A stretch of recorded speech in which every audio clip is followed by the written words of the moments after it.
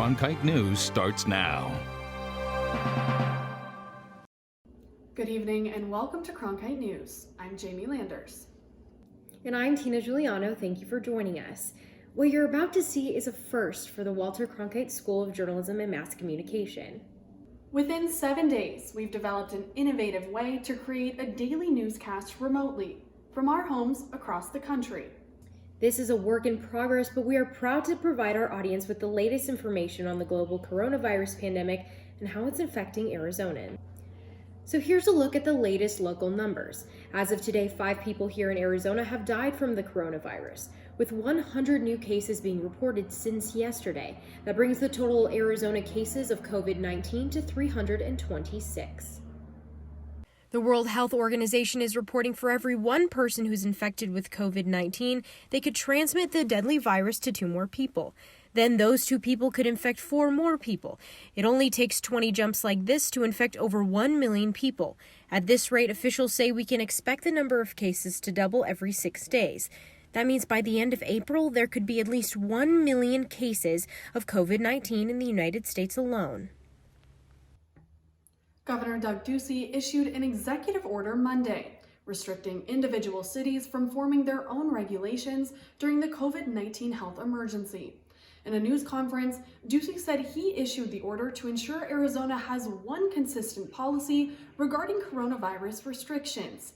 This comes after both Phoenix and Tucson ordered the closure of bars and restaurants last week, before the statewide mandate was put in place. Ducey also issued an executive order detailing what's deemed essential services, in case Arizona adopts a shelter-in-place policy down the road. The list of essential operations includes healthcare, services for the elderly, food production, utilities, and emergency personnel. Gas stations, financial institutions, hardware stores, and media outlets are also on the list. The governors of California, New York, Illinois, Indiana, and several other states have already issued stay-at-home orders to combat the spread of COVID-19. But Ducey says it's not necessary here yet. So we want to hear from you now. Do you think Arizona is doing enough to protect against the spread of coronavirus? Just head to our Cronkite News Facebook and Twitter pages to share your thoughts with us. The Arizona House on Monday passed an emergency budget package that includes $50 million to address the coronavirus crisis. Republican House leaders had balked last week at approving the Senate budget, but that changed over the weekend when House Democrats pledged to back the proposal. The rare bipartisan Senate package includes money to prevent evictions and foreclosures during the crisis, provide services for the homeless, assist small businesses, and pay for the food bank operations. It also includes longer welfare payments and a waiver from work requirements. The coronavirus has shut down businesses and forced many workers to stay home, unsure if they'll be receiving any sort of income. Cronkite News reporter Dylan McKim spoke with one local business owner to see how this pandemic has affected their company and how the government is attempting to keep revenue flowing. It's actually stopped my business in its tracks. Angelo Mendoza is the CEO of Desert Castle Entertainment, a concert promotion business. The COVID-19 virus has made it impossible to do his job. It's all live events. We live and die by crowds. So without crowds coming in, our business is effectively halted. Mendoza has estimated that he has lost at least $10,000 due to the pandemic, money his company desperately needs. This bumped us down to basically where we were at as basically a startup. But a new federal paid sick leave law, along with an already established Arizona law, could help people make ends meet. So beginning on April 3rd, people will be able to also have the benefit of the federal paid sick leave, which works just a little bit differently than the Arizona does. Here's how the 2 laws break down. The Arizona law allows for up to 40 hours of paid sick leave. The federal law provides for full pay or up to $511 a day for 2 weeks if you are sick or taking care of a sick family member. It also allows for parents with children not in school to stay at home for 2 months with 2/3 of their usual pay. The employers will be responsible for paying that money, and the government will reimburse the companies. First, the federal government will reduce the amount of payroll tax that the employer needs to pay. So just like that money gets held out of your paycheck for Social Security and Medicare, the employer pays an equal amount. That will create an instant credit for businesses. But companies with more than 500 employees will not receive these benefits.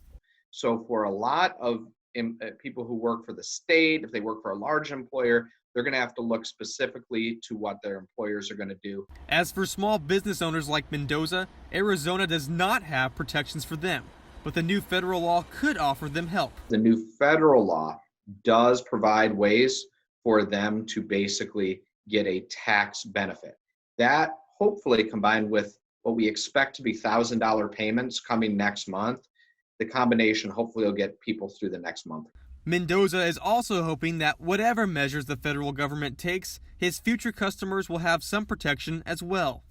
I would love to see that. That may actually give my future customers a chance to have something to live on so they're not accruing debt. So when they do get a chance to actually experience one of our shows, I hope that they get that opportunity.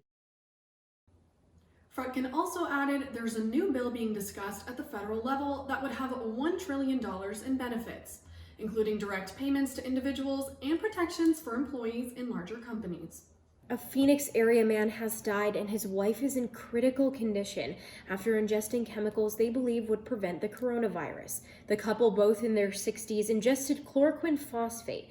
It's a chemical common in fish tank cleaners to kill algae. The death comes after President Trump declared the chemical, also used to treat malaria, could be a game changer in treating COVID-19. Now doctors are warning the public not to take any medication or chemical without a prescription. They say a vaccine is estimated to be at least a year away. The U.S. has restricted travel from some countries because of the coronavirus, but it's not the only country doing so. An Arizona State University student in Peru was among thousands of Americans abroad when the global pandemic sparked border closures. Cronkite News reporter Gabriella Collage has her story. Gabriella Fioretti thought she signed up for a week-long vacation for a family wedding in Peru. But that was before Peruvian President Martin Vizcarra closed his country's borders. I was supposed to leave the 16th, and on the 15th at 8 p.m., the president decided to announce that he would be closing the borders of Peru for 15 days. That left Fioretti and her family stuck, some of what may be up to 2,000 Americans in that similar situation, according to news reports. I'm here with my mom and my grandma. My grandma is 85 and she does have Parkinson's. And the real big concern is that we are going to run out of her medication and that we won't be able to kind of get it restocked here. Secretary of State Mike Pompeo said Friday that the U.S. was trying to get Americans back home from countries like Peru and Morocco, but he encouraged them to get back on their own if they can. We're going to work to get people back. We're urging individuals when they can get back on their own, they traveled there on their own, when they can get back there on their own, they ought to try to do that. But we have a team stood up at the State Department, the Repatriation Task Force, that is working each of these instances. But Fioretti said the embassy in Lima has been of little help. People have been going to the embassy and they basically are just being turned away and not being helped in person. She said a group of stranded Americans formed a group chat to commiserate and ask the embassy for updates. What they got back was a statement that said, quote, on March 20th, the U.S. Embassy repatriated a group of medically vulnerable U.S. citizens in country, as well as a limited number of Peace Corps volunteers and U.S. Embassy personnel and family members, end quote. Fioretti says this situation leaves her feeling hopeless. I feel like I'm just kind of like helpless. I'm just stuck here. I'm just kind of like twiddling my thumbs until we have some kind of help, which there really is no help. The extended stay has already cost Fioretti her job and is threatening her mom's businesses. We're still here. We are still stuck and that we do need help. There is some hope. Fioretti said the embassy has started arranging flights out, but all she can do is wait to hear from embassy officials. Spread the word about the people that are stuck here in foreign countries, not just Peru, but there's a lot of Americans probably stuck in other places as well with all these borders being closed. And I feel like there's not enough media coverage. In Phoenix, Gabriella Collage, Cronkite News. We reached out to the State Department for comment on the situation in Peru and other countries where Americans are stranded, but have not heard back as of this newscast. Scientists at the University of Arizona are stepping up to help with the shortage of coronavirus tests in our state. They took to Twitter to announce university researchers produced 1,600 COVID-19 specimen collection kits over the weekend, and they plan to produce another 7,000 this week. They call him Dr.Germ. Microbiologist Charles Gerba, who studied major medical outbreaks like Ebola and AIDS, has turned his attention to attacking the coronavirus. He and fellow scientists are developing more powerful disinfectants at this University of Arizona laboratory in Tucson. Well, we are growing the coronavirus that causes colds. It's easier to work with. You know, like a lot of the people in public health have said, something like coronavirus to us was not if, it's always been when. Microorganisms continually evolve all the time, and what we're seeing is them jumping from one animal species to another. Coronavirus believed to spread mainly by sneezing and coughing, and then getting to your nose in some way, either inhaling it or it contaminates surfaces, either with respiratory secretions or feces potentially, because it is excreted in the feces in that. And then you touch a surface, you get it on your fingers, and you bring your fingers to your mouth, nose, or eyes. Of course, Italians make the mistake of kissing each other on the cheek. That probably was not the thing to do. Average adult does that about 15 to 24 times per hour, basically every 2 or 3 minutes. When you wipe a surface like this, people tend to let it dry, and you have to have a certain amount of contact time to kill the viruses and bacteria. Now they're going to let it evaporate. But if they use what we call a spray and wipe, let me show you, is this, people tend to do this. Right, notice not every surface is hit with that spray for one thing, and then they go do this. And they'll do this until I can't get it, till it's totally dry. And that's, I left no contact time. We can't develop vaccines right away. We're at least a year away from a vaccine. So we have to have other tools available to us, and that's one of the things we work on. We need more weapons in germ warfare today. One of the concerns that we have is a lot of the technology or the tests for evaluating new disinfectants comes from tests that were set up more than 50 years ago. And there's been a lot of innovation in disinfection technology, such as continuously disinfecting surfaces, which we're interested in. As experts work on COVID-19 tests, vaccines, and disinfectants, the ultimate solution could be time. If it's like the common cold, ends in May, but we'll see. Really, the strategy is simple. I'm sure you've heard it over and over again already. Wash your hands, keep your fingers away from your face, use hand sanitizers and disinfectant wipes. We know those things work. They're proven. We don't have any doubts that they're going to be effective. And I think stick with that. If you don't have access to disinfectant wipes or sprays, Gerba says washing a surface with plain soap and hot water can sufficiently pick up germs. However, it's not guaranteed to kill them. So when you're done, either throw the rags away or wash them for 45 minutes in hot water. The Summer Olympic Games, arguably the world's most prominent series of sporting events, just fell victim to the coronavirus. The 2020 Games will be postponed by roughly a year. The Games were set to take place this summer in Tokyo, but Australia and Canada both said they wouldn't be sending athletes to the Games, and several nations, including the US, Germany, and Poland, had called for the Games to be postponed until 2021. The move is unprecedented. The Olympic Games have never been rescheduled in peacetime. In 1916, 1940, and 1944, the Games were canceled because of the World Wars. Many organizations have stepped up to tackle COVID-19, and the Arizona Cardinals are no exception. Chairman and President Michael Bidwell announced the team will be donating $1 million to the Arizona Relief Fund. As we navigate these unprecedented and challenging times, all of us are wondering what we can do to help. Today, Governor Ducey announced that Arizona has launched the Arizona Coronavirus Relief Fund, and the Cardinals are proud to support it with a $1 million donation. Bidwell went on to say the money will first go toward protection for frontline medical personnel, people who are most vulnerable, like those reliant on food banks, and to disadvantaged students who don't have the technology to learn from home. The recommendation to stay at least 6 feet away from others, known as social distancing, has become well known in the United States as they try to minimize the cases of coronavirus. But is this advice being taken seriously by some Arizonans? As Frankie McLister reports, despite repeated requests to practice social distancing, more and more people are choosing to take the risk and enjoy the outdoors.